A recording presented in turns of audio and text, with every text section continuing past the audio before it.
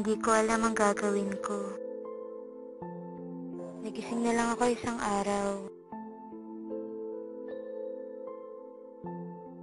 Dinala na lang ako ng mga pako kung saan-saan. Naglakbay animoy may hinahanap. Hanggang sa...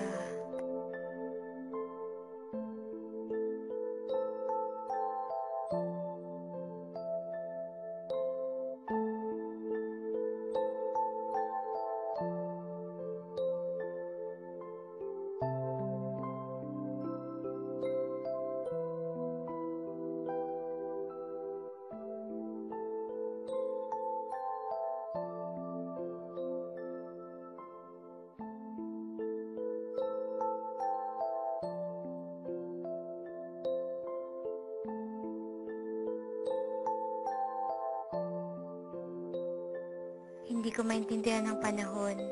Makulimlim pero may araw.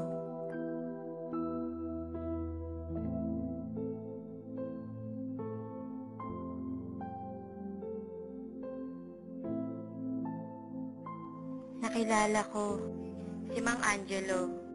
Isa siyang bangkero.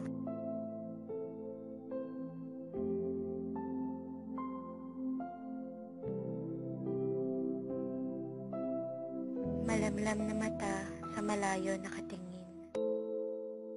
Nangangati na naman ng mga pako. Gusto na namang gumala.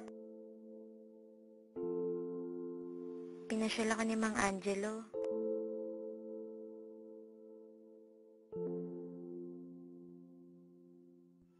Nakakasawa pala. Parang pagkaing nakakaumay. Pero may napansin ako. Ang tahimik ni Mang Angelo. Ano kaya ang iniisip niya? Ang tanga ko talaga. Bakit hindi ko naisip yun? Siguro iniisip niya pa kung saan dadalhin sila na kinita niya. Kung sapat na ba itong maghapon para may ipantawid gutom. Napapaisip ako. Maswerte pa ako sa lagay ko.